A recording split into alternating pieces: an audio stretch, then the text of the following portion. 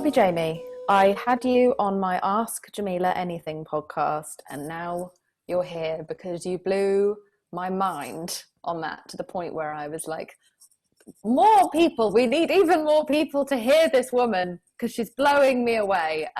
Welcome to My Way. Thank you so much for being here. Thank you so much for having me. I have known you since you were 19, so that is since 2009 we've known each other from the very beginning of my career, because I used to meet you when you were a young budding TV host and you also worked in a little gift lounge at T4 on the Beach, which is an old TV show that I used to host on a beach in 7 different types of weather, all in the same day, where you would be sunburned and also hailed at the same time in gale force winds. And we would do that every single summer. There were 50,000 people live there on the beach that I would host in front of, as well as live on television, where sometimes it was so windy that the teleprompter would actually blow off the top of the camera off into the sea while I was live on air, and I would just freestyle.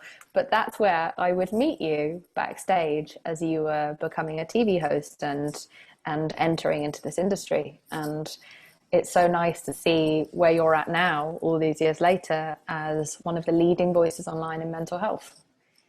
It is so crazy that, and so beautiful, I think, about life really, that you meet people on your journey and you've got no idea how your lives will cross. And our lives have just been this like beautiful crisscross. And I have to say, you've just been the kindest person from when I was 18 years old, being like, Jameela. And you've just been oozed with kindness, been so compassionate, so sweet, always taken me under your wing.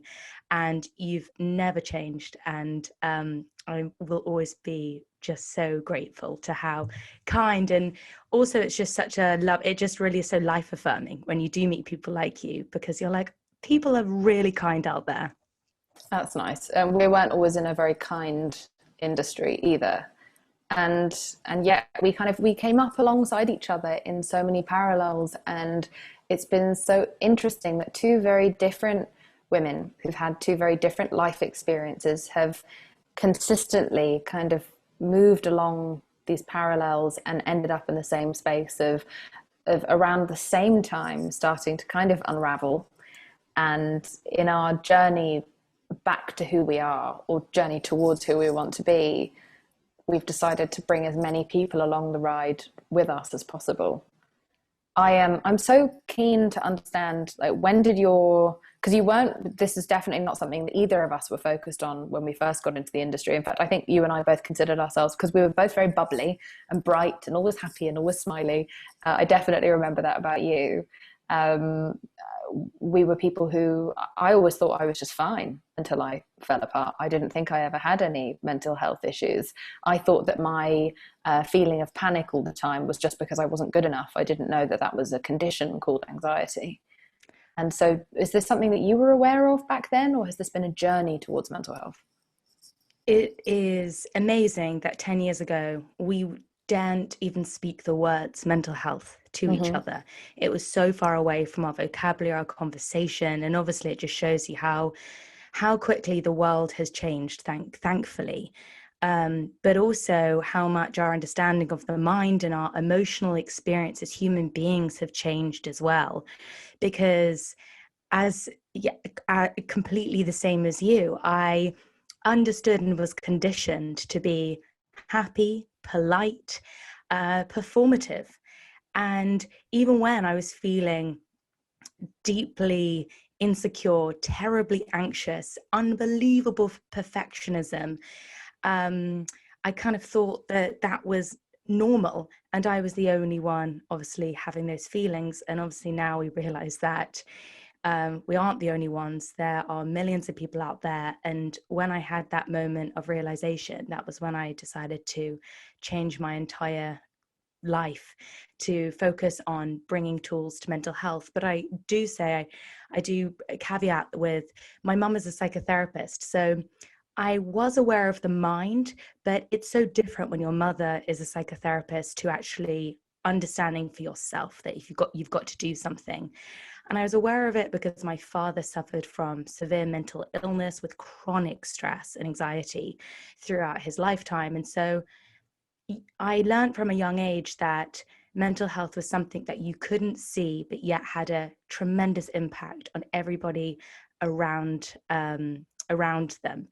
And also from my mother, I understood that there were always things that you could change about the mind, but it was kind of like, yeah, my mum, yeah. And really it took me to have a breakdown to realize, actually, it's one thing knowing something, it's another thing doing something. Mm-hmm. When was this breakdown? Because we've known each other all this time, but I wasn't aware that this happened. Yeah, so I must have been like 26, and I just started this idea for Happy Not Perfect. I was hosting this show on Snapchat. We had like thousands and millions of people watching. And it was the first time when I realized that more people than I were also going, oh my God, I'm so worried about the future. And oh my God, I'm so stressed out about this. And I'm so stressed out about that. And that was the moment when I started realizing that I wanted to work in mental health, and this idea of, well, how do I put my mom, who's a psychotherapist, who has these tools that I can call her up on, and tell, how do I relax right now? What on earth do I do with this? How do I turn this into something that more people can access? Because therapy is expensive, and to be honest, the conversations that you have are so therapeutic. Even just having the conversation to realize that we're all experiencing this is like very reassuring. And at the time, I'd had this thought, but I was traveling between the UK and the US. I wasn't sleeping, and I had started working with business partners that I felt just like hated me. So I was in this work environment where I felt like I was so despised, and it brought up my worst core toxic fears of, I'm not enough, I'm not likable, I've got to work harder to prove myself. And I ended up, I've always been a bit of a workaholic because I learned that at the age of 13. And in the book, I write a lot about the beliefs that we absorbed when we were little, the rule book that we learned from those around us. It may have been our parents, it may have been our friends, it may have just been the environments, then become the story we live out for life if we don't challenge them. And I was living this story of, I must work harder, I'm not enough, I must go to everything. I was the biggest people pleaser. So if somebody asked me to do something, yes, yep, absolutely no problem. I hated saying no. I hated conflict. And one day I woke up and my tummy was so bloated. It was rock solid. My glands had swollen to the point where I couldn't even swallow. And I was in LA all by myself, and I was like, oh my God, what do I? And I went to hospital, and they did all their tests, and they were like, you're chronically exhausted, and this is your immune system flaring up, and you need to rest. And I was like, that's not a big enough diagnosis. Tell me I've got something more. Tell me I've got something more. You've got to give me a harder diagnosis than that, because I was in so much mental and physical pain. And I didn't realize our stress response was so toxic for the body. I had an idea that when we're stressed, we release cortisol and it inflames our body. And we can't even think straight when we're in that moment. And I remember, like, weeks later, the smell of coffee I couldn't even go near. And coffee was like my all-time favorite. It was like my best friend. And I couldn't have a sip of coffee because I couldn't spike my adrenaline anymore. I was that burnt out. And it took me, honestly, like, it sounds terrible, it probably took me over a year and a half to recover. And I think It doesn't sound that was, terrible in any judgment way. It just sounds like you had a really fucking terrible time. I mean, I knew you were going through a lot, but I had no idea that it was this bad.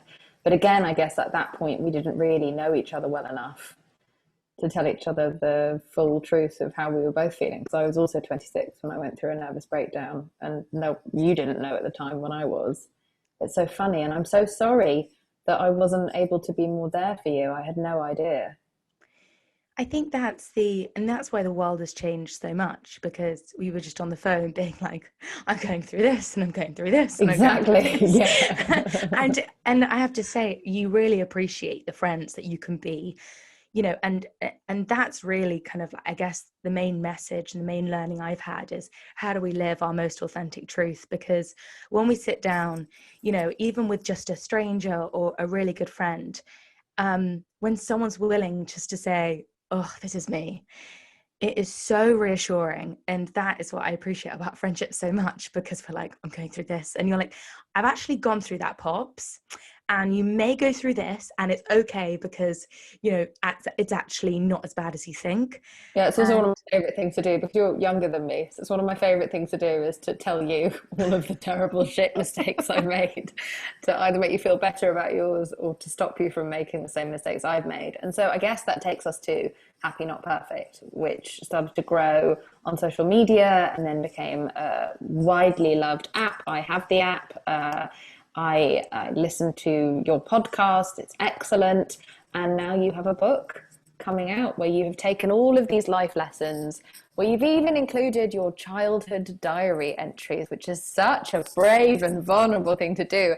My childhood diary entries were so disturbing that I literally burned them 8 years ago. I was like, no one can ever find these. No one can ever, no, I never want to see this again.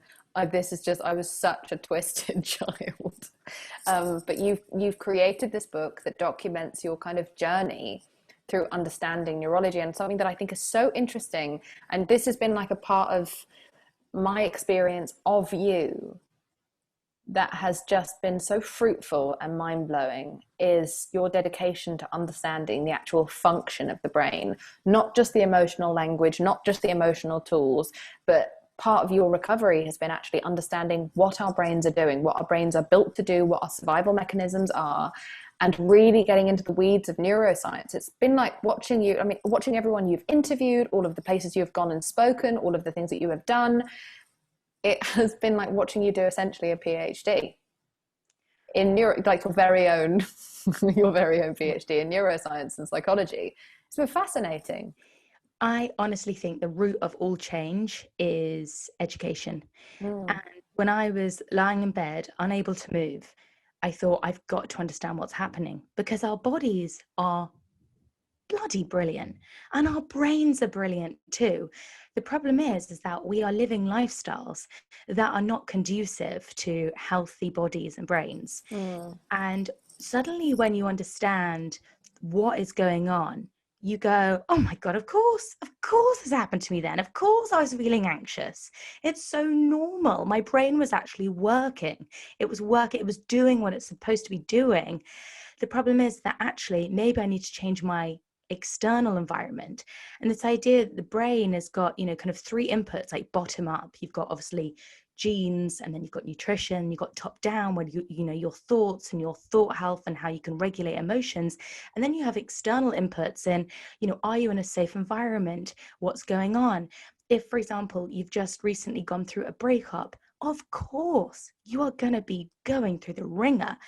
And suddenly, to understand that our brain is this melting pot of all of these different inputs, you are able to develop so much more compassion for yourself. And for me, it was like the complete change of my life, from not knowing how my biology worked and then suddenly starting to learn piece by piece. And it's taken me literally 6 years to get to this point where, I felt ready to combine all the research, all the incredible experts, and go, okay, for anybody who doesn't have 6 years and just wants it, in a few hours, how do I just create this one book that has all the learnings? And I've tried everything to try and work out what was really, really going to fundamentally make a big shift.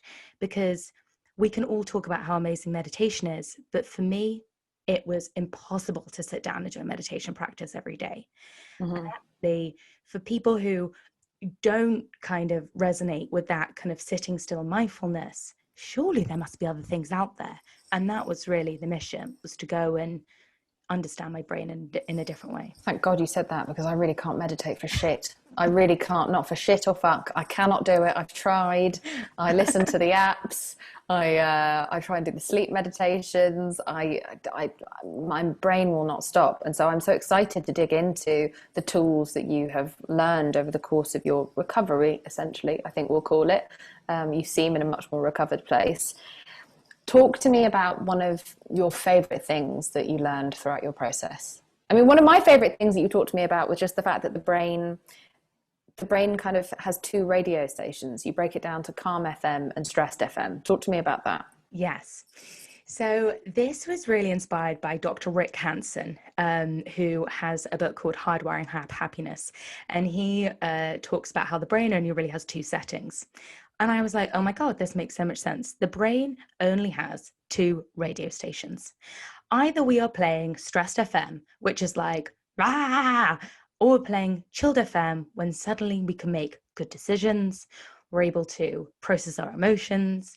We're feeling good. We can go to sleep. We're digesting well. And stressed FM is us feeling chaotic. Usually, like, we're supposed to have a bit of both. You know, stress is not all bad. Some stress is good. It kind of gets our adrenaline moving. It gives us some energy. Some stress is good. But the problem is that we're now spending 98% of our days on stressed FM, feeling totally chaotic. And as a consequence, we are in reaction mode. We're in defensive mode.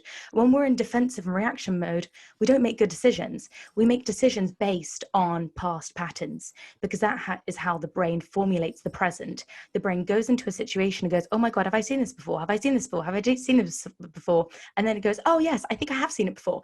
7 years ago. And this is what happened. It was dangerous. Oh my God, we should feel anxious right now. And suddenly we are, our stressed FM is blurring all sort of clarity in the present moment.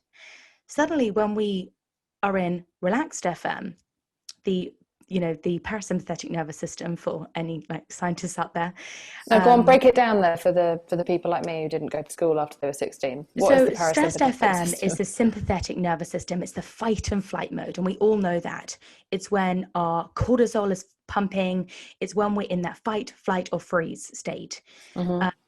We are trying to make really quick reactions, because go back to caveman times, this is really helpful. If we saw something on the floor and it looked like a snake, we wanted to be reacting very quickly. We didn't want to have that rational part of our brain go, I think it's a stick. Oh, could be a snake, snake, because by that point the snake would have bitten us and we would have died, maybe. Yeah. But when we're in the relaxed and relaxed FM, we're able to stay curious. Is that a stick? I think it's a stick. It's okay. I'm safe. No need to be worried. But the problem is that we have psychological threats now. So we receive an email and it's like, oh my God, she didn't sign it off. Nice to chat. She hated me. And our stress state just causes our brain to create narratives that are spinning us into circles that are not helpful for us. And so when we're in that mode, if you ask yourself a question, what radio station am I playing? It's such an easy question just to go, how do I feel? It's quite easy to tell what radio station you're playing. Mm-hmm. Is my heart beating? Are my shoulders tense? Or is my shoulders relaxed? Am I feeling safe? How does my tummy feel? Is it relaxed? And then we start to know, are we in a good state to be making a decision right now? That's great. That's so interesting. I feel like I've been in stressed FM for about 35 years.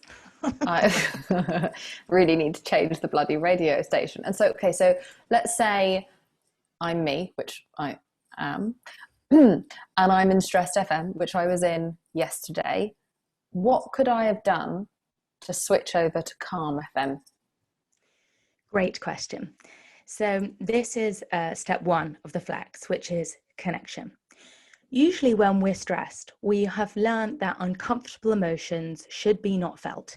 And so we often then can resort to numbing behavior. So we go on social media, or we go online shopping, or we go head down into work just to go, I don't want to feel this. It's too much to feel. I don't want to feel this. But again, the problem is we just then kind of prolong stressed state.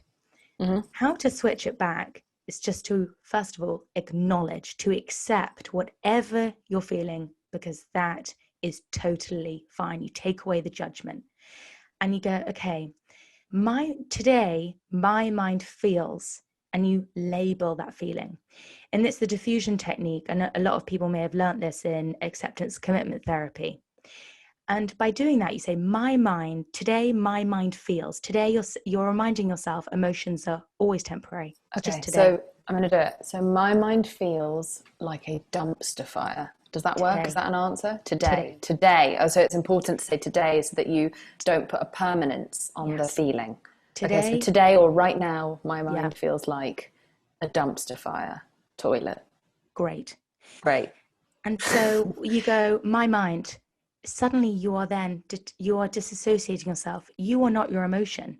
Your mind today feels like a dumpster fire. So toilet. So you're able to have this like slight separation. And then you think to yourself, well, where am I feeling it? Where are you feeling that dumpster fire toilet feeling in your body, Jameela? Okay, I'm feeling it in my stomach mostly. That's normally where I feel most of my tension. My brain is quite numb because I think I might be neurologically damaged from too much stress as a child. So I don't often feel stress that I can recognize in my brain. And I think a lot of people are like this. Yeah. I'm one of many people who pushes all of their feelings down into their body. So mine will come out in kidney stones or digestive issues or aches and pains.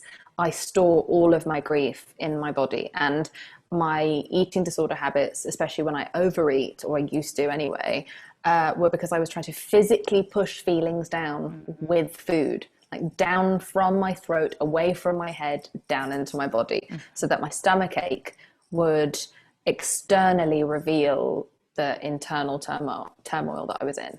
Does that make sense? Oh, that makes complete sense. Okay. Because when we're feeling stressed, why would the body start digesting if we were running away from a lion?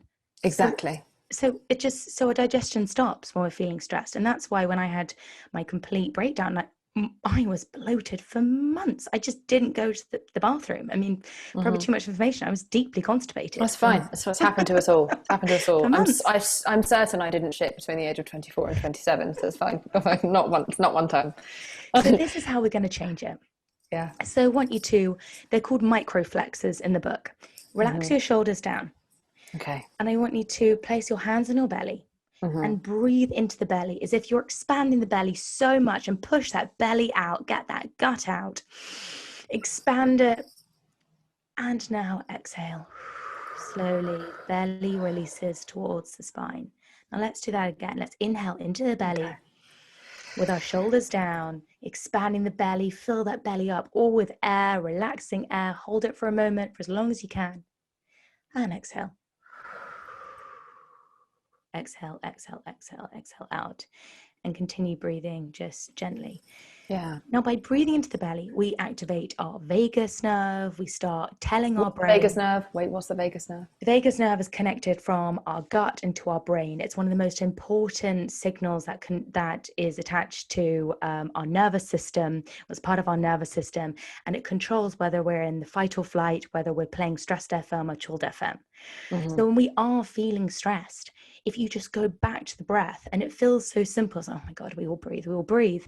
But 9 out of 10 people breathe into their chest the entire time with their shoulders tensed. And if we just consciously relax our shoulders down, we're using biochemical signals. We're using our body to tell our brain that we are safe. Because if we're breathing into the belly, clearly there's no lion about to attack us, because our body's saying, no, brain, we're safe. Otherwise, we wouldn't be belly breathing. If you look at how a baby breathes, they breathe into their belly. And then at the age of 5 years old, they go to school and we get hunched over desks. We may get punched in the tummy, or as women, we're told to suck in, and our breath travels up to our chest, hiking up that sympathetic nervous state the entire time, stressed FM. So when we're breathing to our chest, our body's saying to our brain, I'm stressed, I'm stressed, I'm stressed. That is fascinating. It breaks down in like it's such a simple thing to learn, and I only came across this sort of information, I think probably via you a couple of years ago. And whenever I realize I'm in that state, I always find it so hilarious as to how simple human beings are, and how unprepared and undesigned we are for the modern world, especially the age of social media.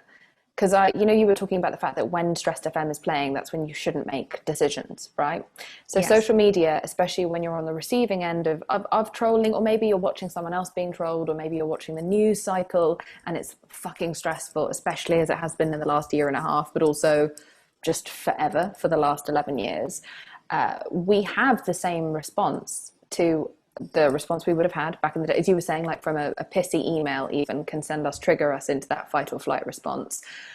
I laugh so much at the idea that when I've been on the receiving end of trolling or demands or like true audacity online, those have been the times where I've been like, I should tweet something publicly that'll be screen grabbed and kept forever. This is a great time for me to post my opinion on this huge subject, or on this deeply personal subject. I can't believe that that's when I've made that decision. And almost all of the time I spend on social media, I must be on Stressed FM because it's so fucking stressful. Yeah. And so why we ever post anything is beyond me, considering how terrifying that space is and how triggered into our like old caveman fight or flight space we are. Right, because your basic human needs, am I loved, am I safe, am I enough, are being challenged when you're online, because suddenly someone sends you a mean comment, and that is like the tribe going, oh, you're not accepted anymore. And so it's our survival mechanism being like, it's so difficult to wean ourselves off not being affected by other people's opinions and comments, even though we know they're trolls, even though we know bullies are bullies, their words, and everybody should be so much more aware of the impact of their words on another person. We are living in a world where emotions are contagious. Our words are very powerful because our brain reacts in the same way as it would to someone sending you a bow and arrow. Yeah, and the reason the tribal thing makes us so reactive and often act in terror or make decisions that maybe aren't even really integral to ourselves or our beliefs is because if you feel as though you're being kicked out of the tribe, I'm going to use the term caveman or whatever, the part of your brain that is activated is, if I'm separated from the tribe, then I'm in danger. That being in a tribe, being in a group, being in a collective keeps me safe. If I'm otherized, if I'm out here on my own, then I have to fend for myself effectively in what is the wild. And even though we now have doors and civilization, quote unquote, and windows and locks, and we're no longer constantly under threat, depending on where we live, from wild animals, we still have the feeling that we are, because our brains haven't updated to this technological boom. They haven't updated. I always say, the human ability to create is so much faster than the human ability to adapt. So we've created this incredibly fast world, and we are running on our default settings. We spend 90% of our day in autopilot mode. Information theory researchers found that the body sends the brain 11 million pieces of information a second, and our conscious brain can only process 50. Jesus. So we're overwhelmed. Of course we're overwhelmed. And also, like technology, they say nobody can multitask. Like women, men, like any identity, any gender you identify with, like no one can multitask. What we do is we multi-switch. So when you're working and suddenly you get a WhatsApp notification, or you get something else notification, and you switch attention, what you're doing is you're just degrading your ability to concentrate on either task. And so we're constantly being unable to really fully dive into a book or a piece of work, because we're always being distracted, and that is really overwhelming for the brain.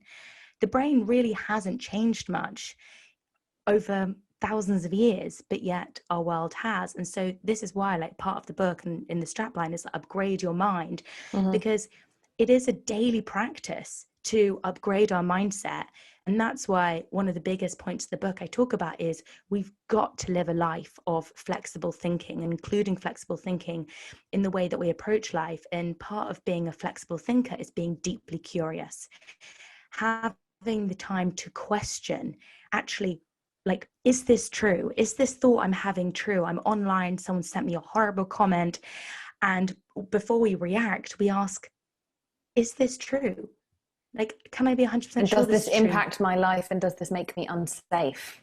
Does this make me unsafe? Even if it is true, does it actually impact your day, your life, your existence, whether you are worthy of love, whether you're Yes. going to be okay, whether you're going to survive? Because it's our actual survival skills that get called into question sometimes when we receive negativity online. We think, oh, this is the end of the world. This is legitimately the end of the world. That's why we focus always on the negative comments rather than the thousands of positive comments, or the negative thing that's happened in the day rather than the many positive and safe, wonderful, perhaps like mundane parts of our day, right? Yes, we have an 80% negative bias because, again, the brain was developed to predict, and protect. And so, of course, we have this like natural inclination to remember every single negative comment that's ever been said to us and forget the positive ones because that wasn't going to help us survive. And also, we have a thing called confirmation bias, in which we like to confirm our beliefs. We like to confirm how we see the world. So, for example, the reason why I included my diary entries in the book is to show people the beliefs that you absorbed or instilled in you at the age of 12 can continue running your life, and your brain wants to confirm those beliefs over and over again. So at 12, if you believed you weren't enough, you're going to find evidence across your entire life to confirm, well, I know I'm not enough. Look, that's more evidence that I'm not enough. And so we have to challenge, we've got to get so curious, like, are the beliefs I hold even true? Are they serving me? Because what was true when we were 12 is definitely not true now. And it was probably not true when we were 12 either. I know, I know. Talk to me about stiff thinkers and flexible thinkers. You were talking like briefly on flexible thinking. Well, stiff thinking is a habit all human beings have because of just what we've covered. We're stuck in default mode.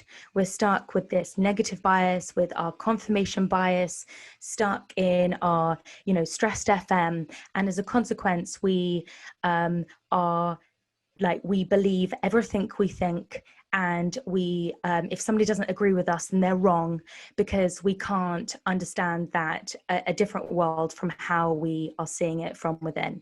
Is an example of this something like, in my 20s, I had severe social anxiety, and also like at school, I had severe social anxiety and was really badly bullied. So my belief system was, I'm never really going to be good at making friends. I'm never going to have friends. I'm always going to be alone. And then later realized, oh no, I have anxiety, and my anxiety is what pushes people away and also stops me from even opening myself up to other people. So that's me moving from being a stiff thinker who spent 20 years thinking I'm never going to have friends, Yes. into being a flexible thinker who just Yes. realizes some people you have chemistry with, some people you don't, and some of this is just anxiety. Yes, that is like the most perfect example. And my mum being a psychotherapist, she sees clients who are in their 70s and 80s, and it nearly makes me like break down into tears hearing stories of people in their 80s finally like accepting that actually they're not stupid and people love them, and they spent 80 years of their life stuck in stiff thoughts of what happened when they were 8. There's one man in particular, when he was 8, the whole class started, he said he couldn't spell his name correctly, so the whole class stood up and said, you're so stupid, you're so stupid. And he spent his entire life believing he was stupid. Oh God.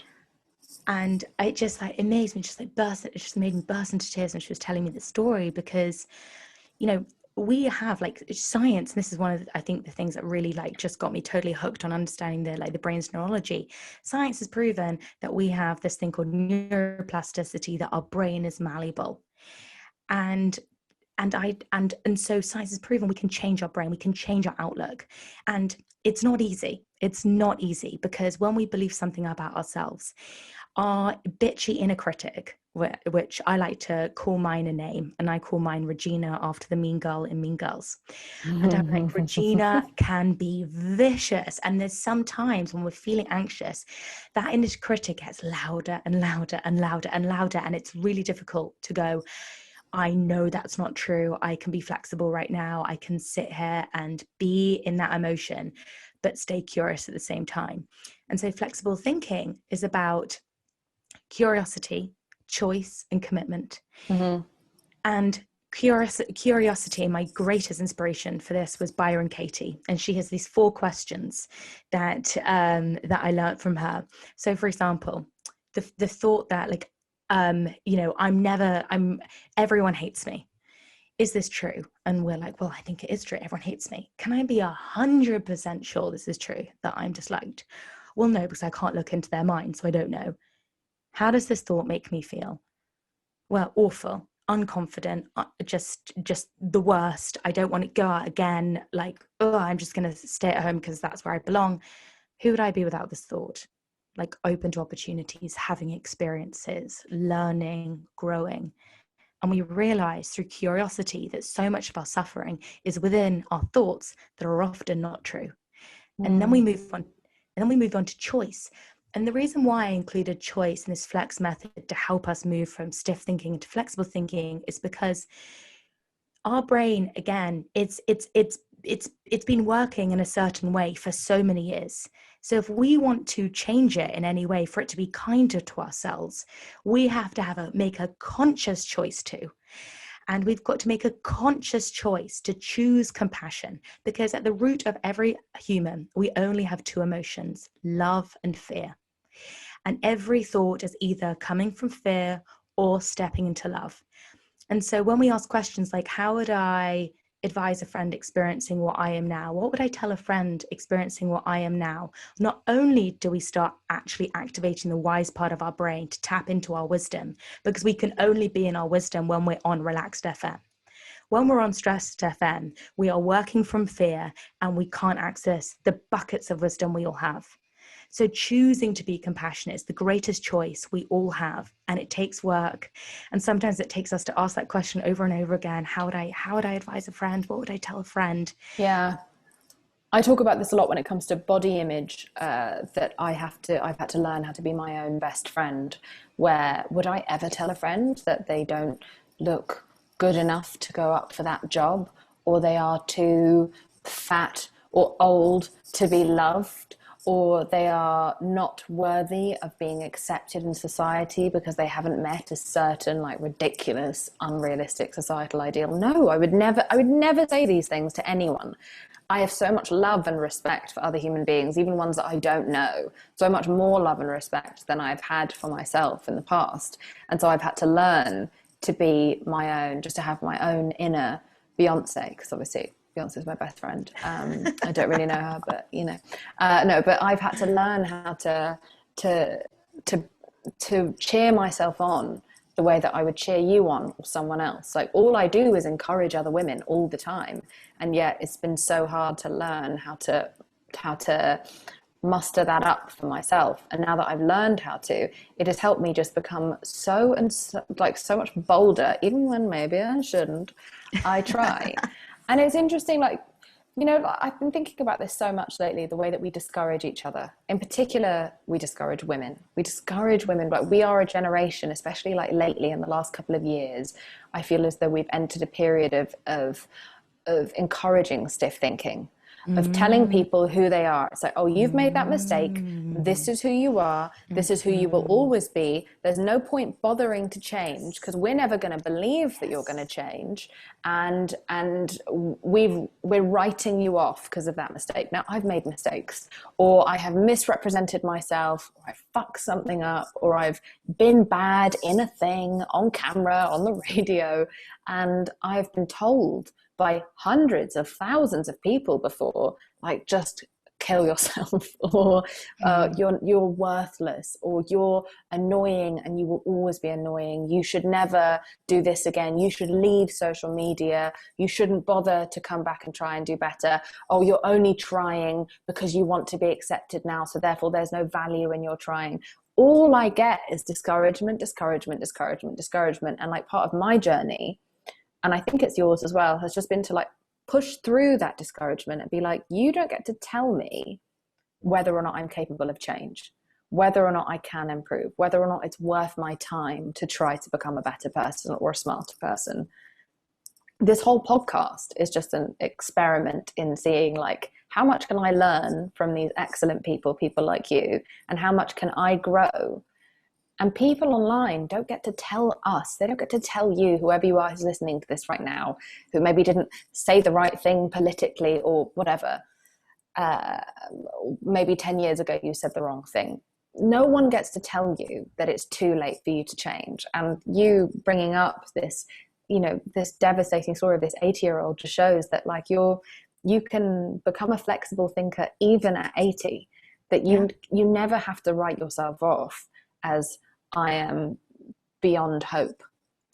Absolutely. Like, forgiveness and compassion are two of the most important things for us to remember as human beings, because without forgiveness and forgiveness of ourselves, we stay in really low vibrational energies. And also, if someone's unable to forgive you, it means they're unable to forgive themselves. And that is actually so sad. And this guy called Hawkins did this scale of consciousness, and he actually documented that every emotion has a different emotional frequency. And so shame, regret, guilt, fear, all of the emotions that we feel are really low vibration. Acceptance, compassion, joy are higher vibrational. What does that mean when people say vibrational? I've never understood this. Well, it just goes back to everything is made up of energy, right? We're just all atoms vibrating. And you know it, when something brilliant has happened and you're just bouncing off the ceiling, and you just go to meet your friend and something's brilliant happened to her, and she is like, wow, wow, wow, wow. And you leave. I feel like we had a conversation like that yesterday over the phone, where, like, I felt like I could achieve anything after getting off the phone with you, because we were just, like, excited and loving at each other and encouraging each other and making exciting plans and considering that the world is our oyster for a moment. And I felt so wonderful for hours and hours and hours. So that's my higher vibration. That's my higher energy. Yeah, because it was joyful. We were connecting. We were excited, and me too. I was like shaking for an hour afterwards, like I couldn't even sit down. And and for us to be in those, like, higher vibrational states, like, we've got to forgive. We've got to forgive the shame that we all carry. Yeah. We all carry regret. We all carry embarrassment. All of us have done it. Yeah, we're imperfect. But what is so, and this is why you're such a glorious leader, and we're so lucky to have individuals like you in society, because you allow us all to forgive ourselves. Because you're saying, look, I fucked up, guys, and I'm going to still, and by the way, like, you haven't fucked up, but, if you think you have, but the fact that you're so vocal about even thinking that of yourself, and this is the whole thing with all of us, all the things that, let's say everyone listening here, let's say we're all in a room sharing the things we think we fucked up on, all of us would be like, babe, that's not a fuck up. No, I know.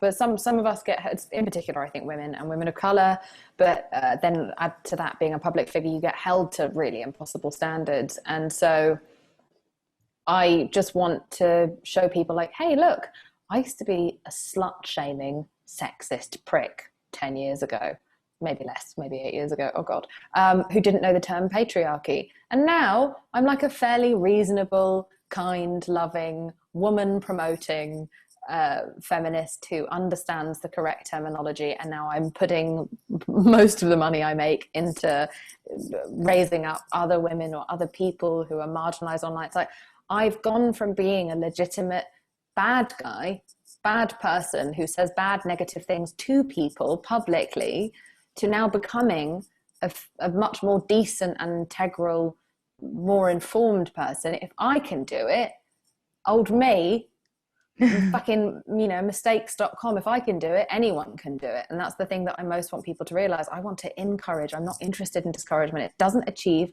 truly anything. And we're also very, very uncreative. The fact is, we've got a lot of world problems. And I truly believe our creativity and the human genius, we will create solutions to the problem. But if we're creating a society that everybody is so terrified about making a mistake, large or small, like in public or even just in the workplace or even at home, we're not growing. And the brain, when we are uncomfortable, when we're making mistakes, it actually loves it because it's creating like new neural pathways. And so learning and making mistakes is how we grow. And we wouldn't be living in this like evolved society with this incredible technology if we didn't make a few mistakes along the way, because then we learn how to do it better. We had Dr. Deepak Chopra on this podcast talking to me about the fact that the way that we learn the best and most effectively is when we make a mistake. That's actually when our brain can process and maintain the information in the sharpest, most helpful, effective way is from a mistake. So mistakes are kind of vital in order for us to learn, oh, definitely don't do that again, because it makes a bigger impact on us.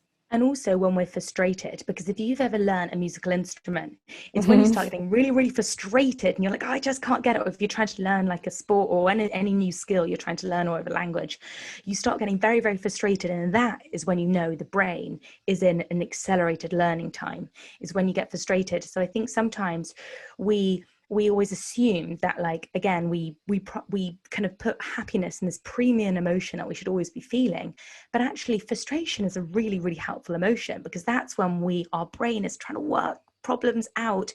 And often when you're in a growth period in life, it feels deeply challenging, and we then misinterpret that signal as, oh, it's wrong, I'm not right for this. Let's say you start a new job and it's like really frustrating and difficult. Actually, you're exactly where you should be, because you know that frustration is like growth. Yes, within reason. If you're really, really uncomfortable and you really hate it, then you should leave. Then maybe that'll be your form of growth. Just to make sure I caveat always with that. I mean, yeah, absolutely. I mean, quitting is one of the strongest things that you can do, because often we're like conditioned like never to quit. I definitely think I wish I'd quit far more things than I have. Oh my God, me too. Oh my God, that idea that quitting is failure when actually it's self-preservation. I mean, the idea that self-preservation was a dirty word until like 3 years ago, and selfishness was a dirty word, when I'm really just starting to willfully try to embrace selfishness as something that is a good thing, a huge luxury, and one that I shouldn't shun when I have the opportunity to be selfish. Like, for example, I don't have lots of children who are depending on me right now in my household. I can sleep in on the weekend. Like, how can I disregard the luxury of the space to be selfish and not just take some time out for myself? Like, who wins if I just burn myself out?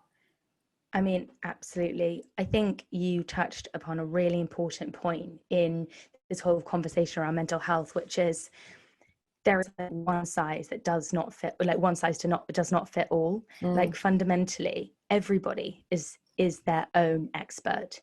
Everybody knows themselves the best. And I think we do sometimes come to a culture where we're like, oh, I need to ask so many other people to understand what I'm feeling inside. And actually, I needed self-preservation. I did not need to push myself into harder environments. And I think that's a really, really powerful point, because, everyone can say different things, but really, you yourself are your greatest, like, wise teacher. Yeah, I love a good fuck it bucket. I like to just chuck it all in the fuck it bucket. That's really honestly just been my route to recovery. You start your book with a chapter called Fuck My Life. Which I think is extremely inspiring and cool, and very personal. I mean, this is a very personal pursuit that you're putting a lot of yourself out there, and I think that it's incredibly brave and inspiring. I feel I don't mean it in a patronizing way, but I feel very, very proud to watch you embrace this and to become just increasingly authentic and vulnerable, even on such a public level, over the course of my life. Because honestly, you were just so people pleasing when we were younger. So was I.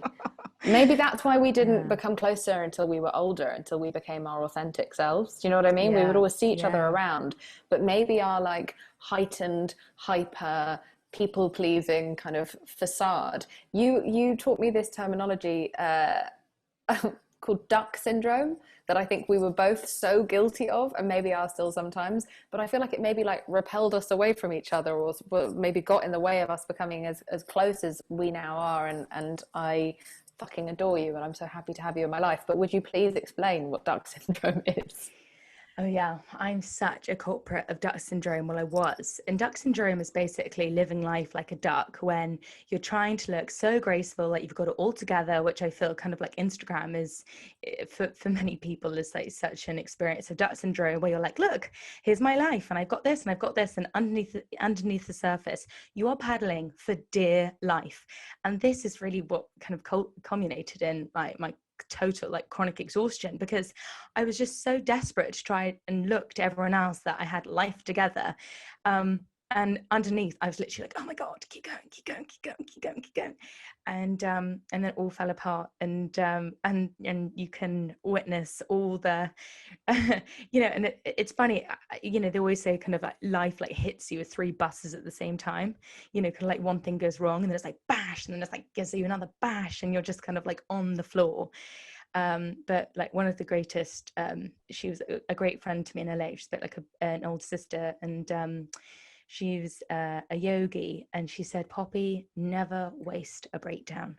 They are often our most transformative moments, because they're moments of change when we realize that we cannot keep going with these old habits, these toxic old habits that are so ingrained into us. And it's probably the best thing she could have ever told me, because it gave me permission to almost kind of go, okay, I can't go on like this. I accept change. I accept change. Yeah. That's fucking great. Never waste a breakdown. That's such an empowering way of looking at it. I wish someone had said that to me during mine, so it wouldn't have taken me so many years to put mine to use. But I think I didn't waste mine in the end. I think it's everything that I weigh is, and everything that I feel and how I live my life now is all as a response to that breakdown. It was the best thing that ever happened to me.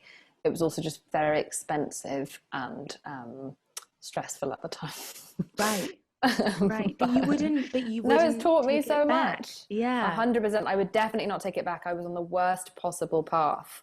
The thing I want to know from you now, as I lose you to your busy life as a mental health leader, is what are the therapies that you recommend to these people? Because we've kind of covered the abandoning of shame and recognizing that your brain is doing whatever it's going to do to try and keep you alive the best way it knows how, and understanding what you're doing, checking in with yourself, seeing where you're at, and starting to try and not manipulate but maneuver yourself into a more friendly and healthy and safe space emotionally, internally, and maybe even externally in your life. We've covered those things.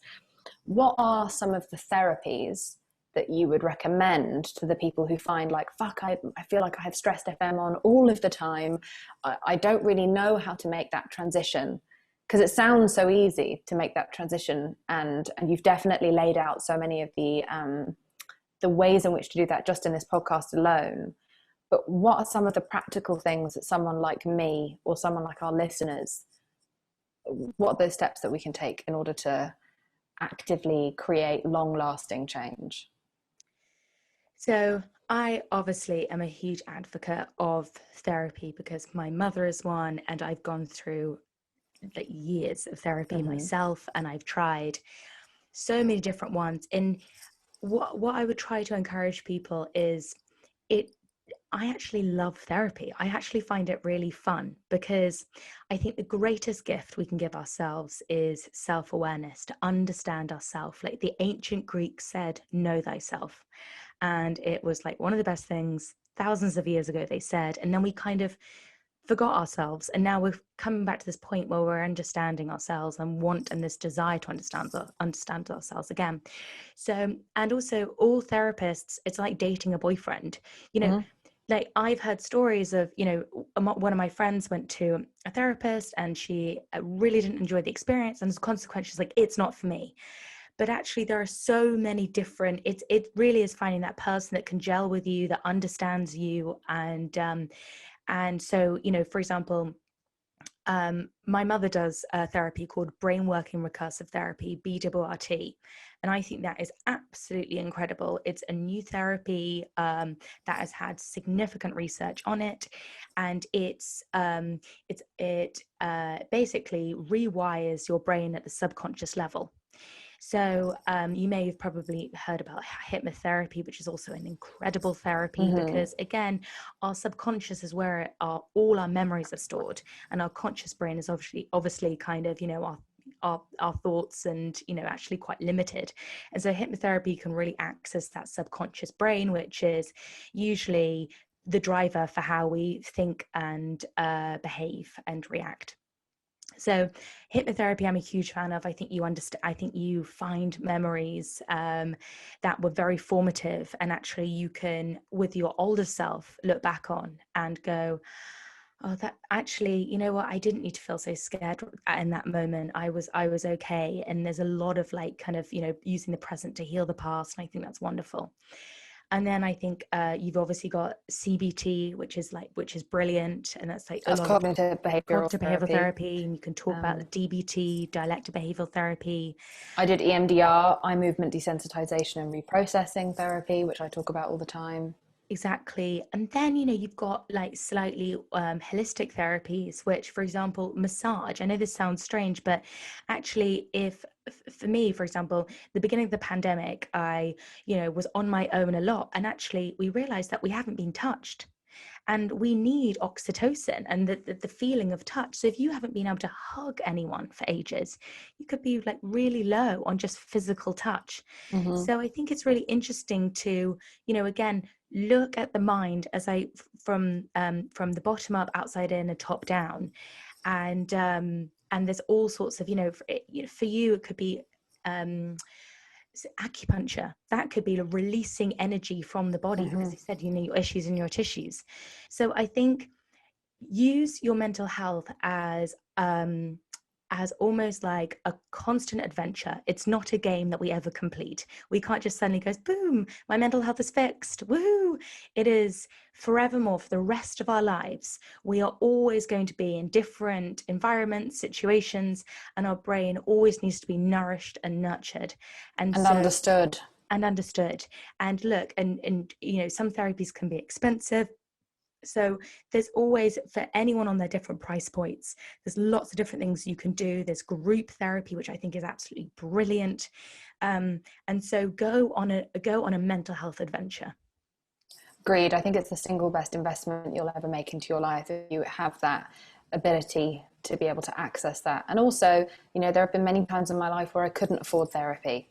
Where, there are some countries where you're not as lucky as we are in the UK, where at least we have it for free on the NHS, but you're on a waiting list for 6 months to a year. But in the times when I haven't been able to access therapy, or for example, in the pandemic, when I went through like a mini nervous breakdown last February, I couldn't access my therapist because she was just so much more needed by other people. And also, we weren't able to physically be in the same room with each other. Friends who actually love you for your whole self, friends who actually accept you for who you are and who don't judge you and trigger you and pick at you. They are the most extraordinary interim on your road to being able to access an actual professional. It doesn't mean you should necessarily always take their advice.